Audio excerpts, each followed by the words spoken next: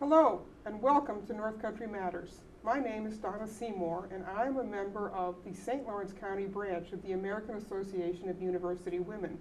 Today, we are hosting a conversation on school mergers and consolidation.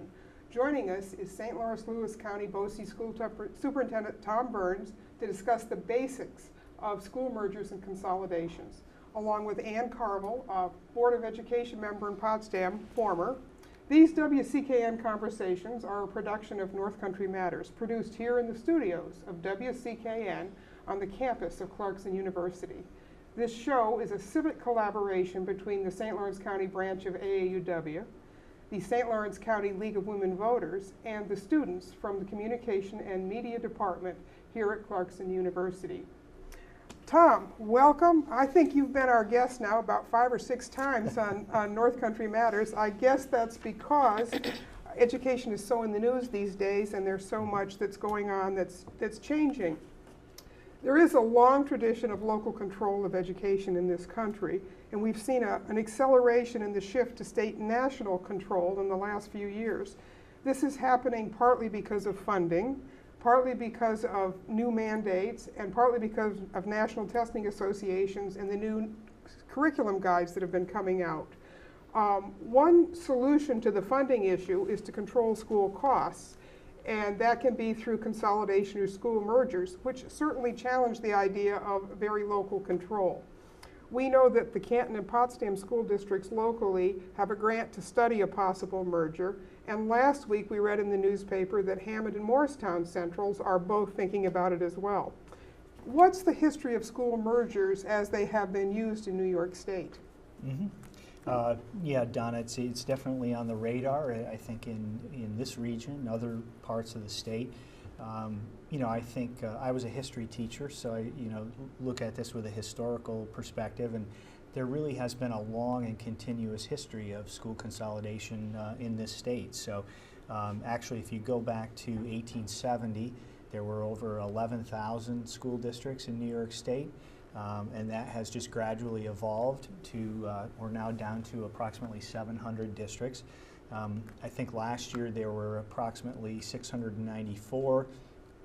And to my knowledge, last year there were 2 successful mergers, Oppenheim, Johnsville, Oppenheim, St. Ephrata, and also Ilion and Mohawk. Mm-hmm. So we did have 2 successful mergers. So I think the latest count, I think we're down to 692 districts statewide.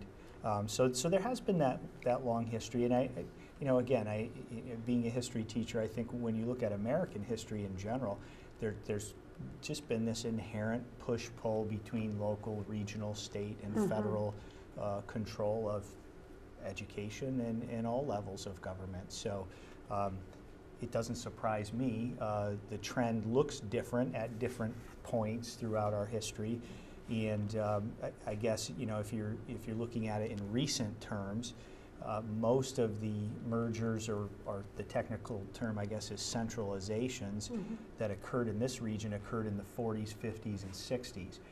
And that's true statewide. When you look at that trend, we really haven't had a whole lot of mergers. It's almost like the faucet has been turned off. There's mm-hmm. been a little trickle in the last few decades. But, and I think that's attributable to probably many factors. I think those centralizations in the 50s and 60s in this region were probably fueled by a post-war economy that was booming. Mm-hmm. There were state incentive monies, mm-hmm. and it was a time when they were closing down one-room schoolhouses in small outlying communities. I actually went to one of those one-room schoolhouses here in the Potsdam area, so I'm very familiar with mm-hmm. what happened and how that worked. Tom, the last merger in this county was between Edwards and Knox Memorial. Mm-hmm. I wonder if you would tell us a little bit about that as an example of the merger process. Sure. And that was our most recent merger in this region. It was in the 1985-86 school year when it was completed. I wasn't there at the time to be, sort of boots on the ground and experience the cultural pieces mm-hmm. that went along with that. by all regards, it's been successful. I mean, if you think about the two districts, Knox Memorial and Edwards prior to that, they undoubtedly would not have survived as long. They wouldn't have been able to offer their students nearly as much. So it's bought them a lot of additional time, going on 30 years. But I think the other perspective is that the state incentive aid is provided over 14 years, and it's 40% for the first 5 years, and then it's phased out, each remaining year after that. So when the incentive aid goes away, and I think Edwards Knox is a good example, is they're in a very similar predicament to many of our other school districts right now. So all these years later, it's worked for them. But they're not in a significantly different position than our other school districts. They're slightly larger than they were, but still underfunded when you look at state financing of education from a statewide perspective. Our districts have, we feel it's inequitable. So they're in the same boat as everybody else. Okay. I happened to drive by that school this morning on my way down to Potsdam, and one of the selling points in the Edwards-Knox merger was the fact that they got a brand new school building that sits equidistant between the two communities. And that made a lot of sense because they both had older buildings that were not in great repair. Let's use a potential merger between Potsdam and Canton as an example. We have two schools that have very much state-of-the-art buildings. They've gone through a lot of renovations packages. In fact, they both are finishing up renovations just this year to their existing buildings. So if those two districts were to merge, physically they're already over capacity for the number of students that they have because of previous building.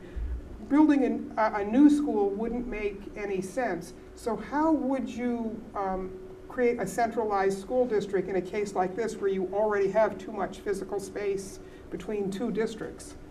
Yeah, in the State Education Department guidelines under centralization, there is no requirement that new buildings are constructed. So really what they're looking for is that you're merging school operations and that you're sharing students. So it wouldn't be required in the case of Canton and Potsdam, or any other districts for that matter. So I think that's where the study process comes into play. I think Canton and Potsdam and other districts would employ a consultant. They would put community groups together. They would, study this. So I'm just spitballing here, but you would have, as you point out, you've got some nice facilities there. You'd have some options. In other school districts, for example, they elected to have the high school in one district and the middle school in the other district. Okay. And the elementary students can stay where they are. So I think State Education Department would require a minimum of grades 9 through 12 being integrated, and possibly 7 through 12. But again, that would be up to the commissioner ultimately, and that would be at the end of the study process. So yeah, and when you look at the fiscal climate today, I think most districts that are entering mergers, they're not looking at building this brand new school, and shuttering facilities. So no matter what the two districts proposed, it would be the Commissioner of Education who ultimately gave the approval about what the actual physical merger would look like. It really wouldn't be up to the two districts by themselves to make a decision? It is up to the communities through the referendum process, but the commissioner certainly has to put his imprimatur on it. He would have to approve, and I think really, again, they would use the district superintendent, myself, as a facilitator and as a liaison with the department. So we would be working on that through the process. I don't think you would have some sort of 11th hour surprise, where state ed says, no, you can't do that.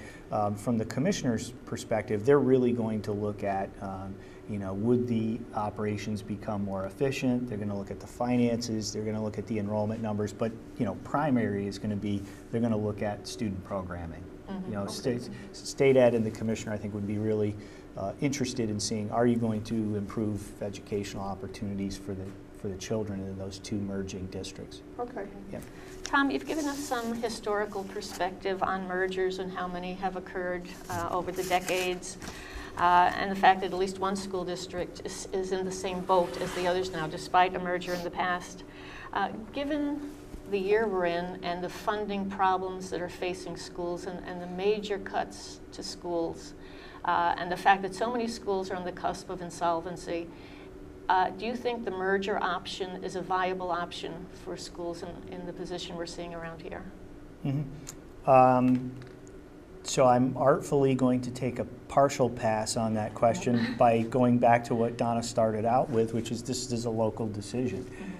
You know, the communities ultimately and all these districts have to make that decision, the boards of education, it's got to go through a referendum.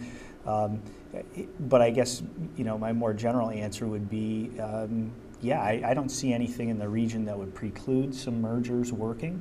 I don't think it's the answer for every district. You know, I think prior to this program, we talked a little bit about tax rates. So I really see that being the main driver or impediment to whether a merger would work in certain districts in this county. So we have very disparate tax rates across the county. And you know, and again, in my conversations with the state ed department, you know, they're going to be very clear about that right up front. You know, if we have two districts that have tax rates that are fairly divergent, you know, state ed and the consultants would come in and say, well, your tax rates are really too far apart. You know, you're going to spend all of your incentive money just trying to equalize tax rates, and you're not going to have any money left to improve efficiencies, add academic programs, et cetera. Yeah. So the tax rate, I think, is probably the only thing that up front, again, would either be a green light, here's an incentive, you're in the ballpark, or a big red light, now you're too far apart and you really shouldn't waste a lot of time and money considering this. Okay.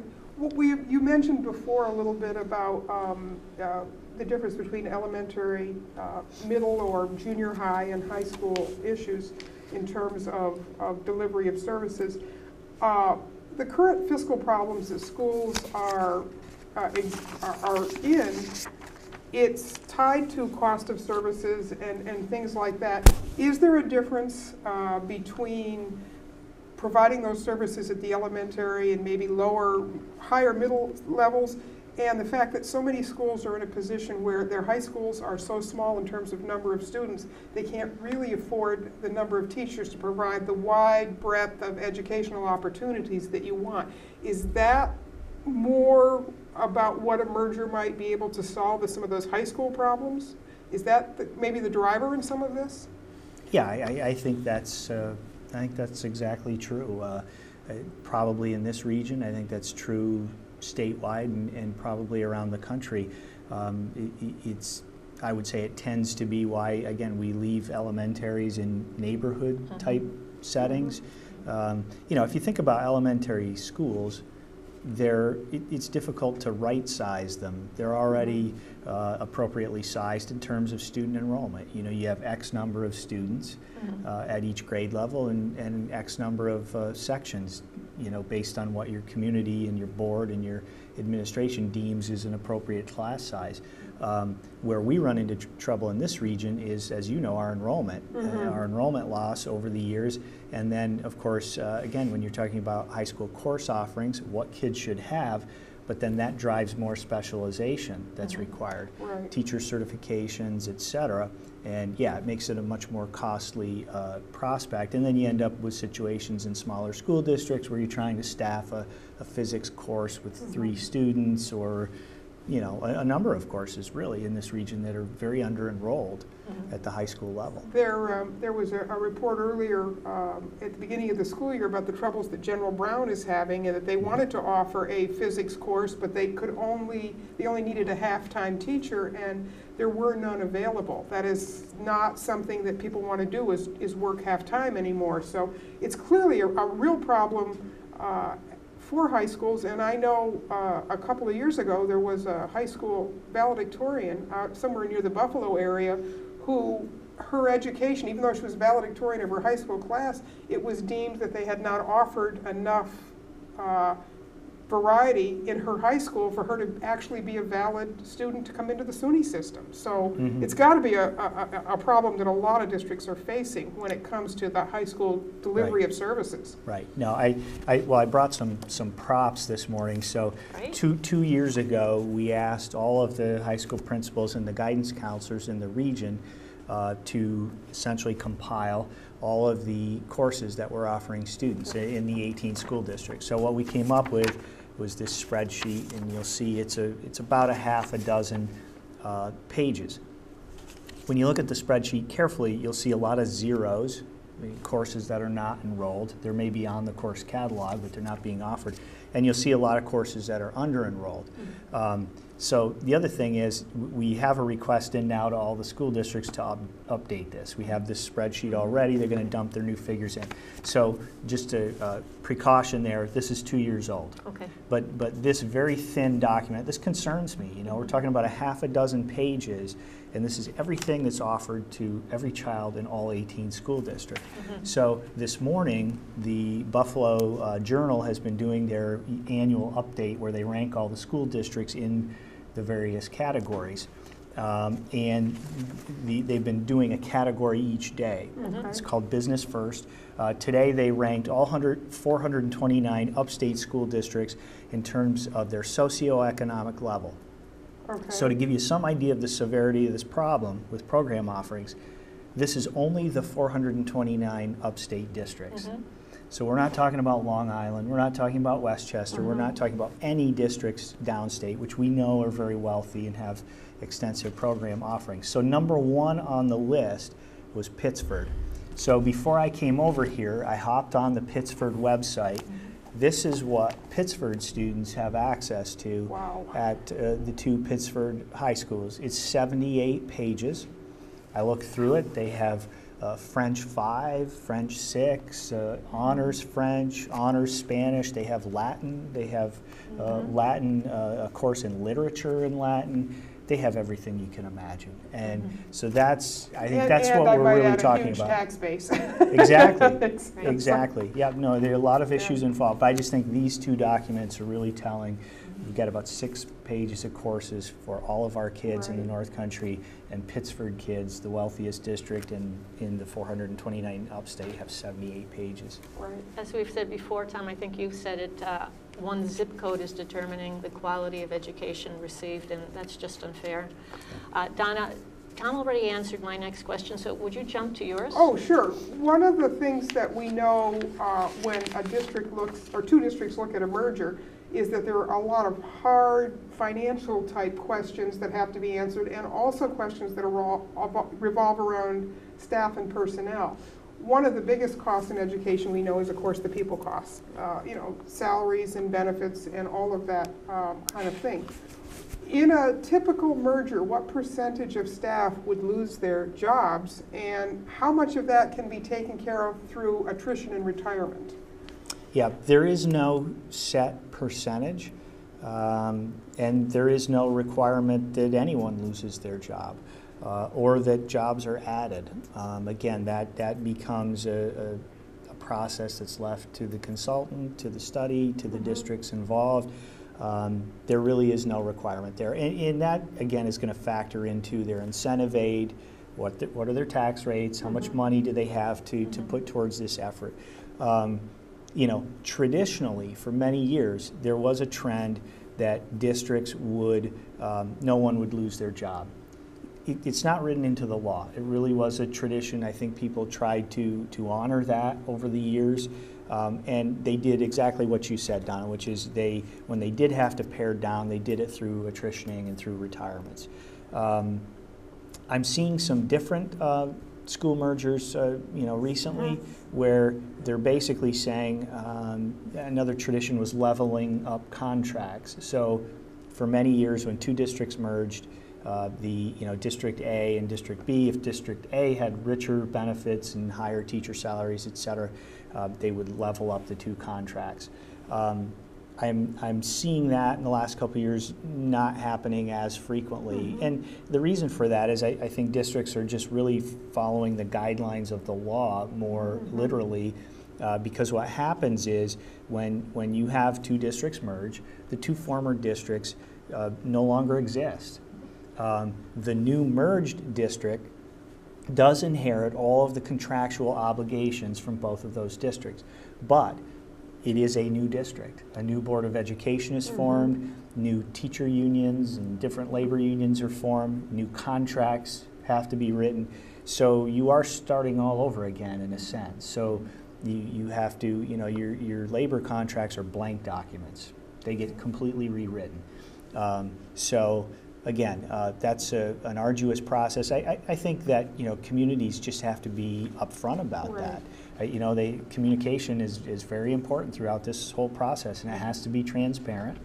And both districts have to say, this is why we're doing this. This is where we think we can gain efficiencies. And again, the question at the end of the day, and which is why I brought these props, has to be, how does this make things better for kids? Right. We want to honor adults, and we want to create good working environments for adults, but it's got to be about kids. It's got to be about what we're offering students, because we know we're not offering what other communities are right now.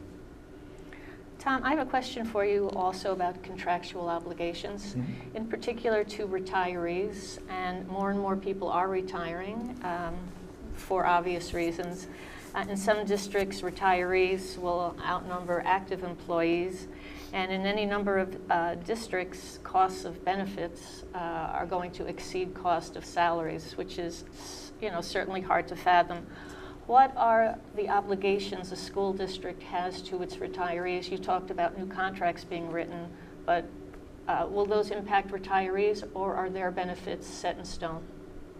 My understanding is that the newly merged district inherits all of the contractual obligations, including retirees, of the previous districts. When they sit down to negotiate their new contracts, I think that becomes part of the conversation, because when you negotiate a new contract, you do that for active employees and retirees. But to my knowledge, they would protect the benefits that the retirees had earned. Those would be inherited by the newer merged district, and the state incentive monies would help the new merged district pay those costs. Okay. Yeah. Thanks, Tom. This is a little off topic, but it does relate to the cost of benefits. Does anybody have any idea how the new Affordable Care Act might impact health care costs, both for active school teachers and staff, and also the retirees who may still not be eligible for, Medicare? Right. Yeah. No, that's a great question, and it is one that we're working with our health insurance experts on. There's been a lot of discussion around that, and the short answer is for local health insurance consortia like ours, where we self-fund and self-administer our own consortium for all 18 schools plus the BOCES, the bottom line is that our costs will go up. Okay. When you're adding millions of people who don't have insurance, the cost is distributed amongst plans like ours, so we know it will go up. The bigger issue, Donna, is this Cadillac tax, and what we're finding is that we provide a good health insurance plan. It has good benefits for the employees, and so I think what we need to be very conscious of is this Cadillac tax will kick in a couple of years, and I think we'll need, in this region, and I'm sure other parts of the state, we'll have to look very carefully to see that is our health insurance plan exceeding what the federal government considers a Cadillac insurance plan under the Affordable Care Act. Right. And if that does kick in, if we are above that threshold, we're going to incur those taxes under the Act, and those will be costs that the districts will be hard pressed to. So I think we're going to have to continue to work on our health insurance plans, the utilization of those plans by employees, premium costs, contribution rates, anything we can look at to make sure that we're under that threshold. Right. Yeah. Donna, you were going to ask about steps, or? Well, I think we've already covered that in terms of how you merge the two districts in terms of contracts and things. Do you think we're clear on how local taxes will be affected by a merger, or? Or is that the $64,000 question? Yeah, it really could be. You know, I think many years ago, consultants advised districts to really take about a third of their incentive aid money and just plan on putting it towards the equalization of taxes in the two districts. You know, I think all of us know it's going to be a very unpopular sell if taxes go up in one district and down in the other. Yeah, I think districts, again, it's going to depend on their tax rate, how close they already are, and then how much of the incentive money equalizing the tax rates will consume.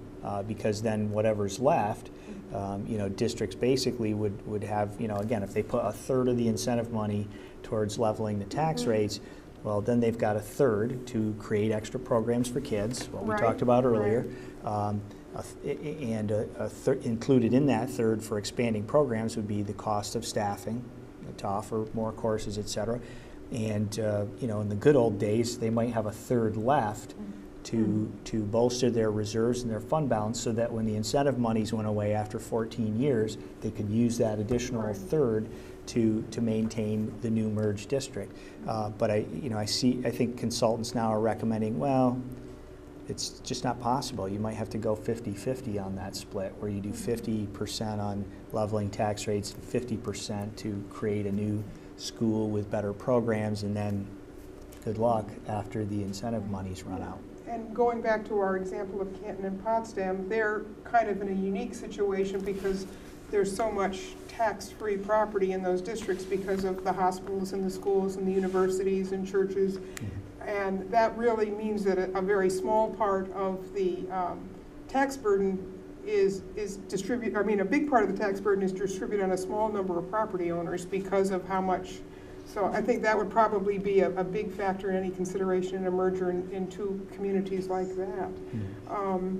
Is there anything special about the employees of the district, like the superintendent and the finance officer, people who are they're salaried employees and they have special contracts? What would happen in those cases? Because if you go from two districts to one, obviously you can get rid of some of those people. Yeah, right. You would be merging the two central office functions of both districts. So essentially, you should be able, depending on the size of the district, to really eliminate half of those costs, right? By at least at the central office level. Superintendent, great question. A lot of people ask that. If you're merging District A and District B, neither superintendent has rights to the job. Again, the newly merged district would own the contractual obligations to both superintendents. You know, again, typically I've seen where one superintendent was closer to retirement than the other, and the communities were comfortable with the superintendent that wasn't planning to retire. They would often ask that superintendent to lead the new district, but there's no obligation for either superintendent to become superintendent, but the district would have to essentially buy out the remaining contract of one or both superintendents. Principals and other administrators would be just like teachers. They're tenured employees. That would be done according to seniority in terms of their reassignment in the new district. Right. Tom, we're out of time, but thank you so much for coming. Is there any comment you'd like to make as a sort of a wrap-up statement? No, I enjoy being here. Appreciate the offer, and it'll be interesting times for the schools. You know, I just hope that this TV program has been a great platform for people having rational conversations about these things, and you know, schools are going to have to confront these issues, and people are just going to have to talk about it. And you know, we're in a really politicized society right now, and people have to understand this is about kids. Right. Yeah. Let's talk about it, and there are options. Let's see what they are and how we can make things better for kids. That's a great point to end on, because that should be the only reason that we come to the table to talk about these issues. Thank you for watching, and please join us again soon as we continue to examine important local issues on WCKN. Remember, our North Country matters. Thanks.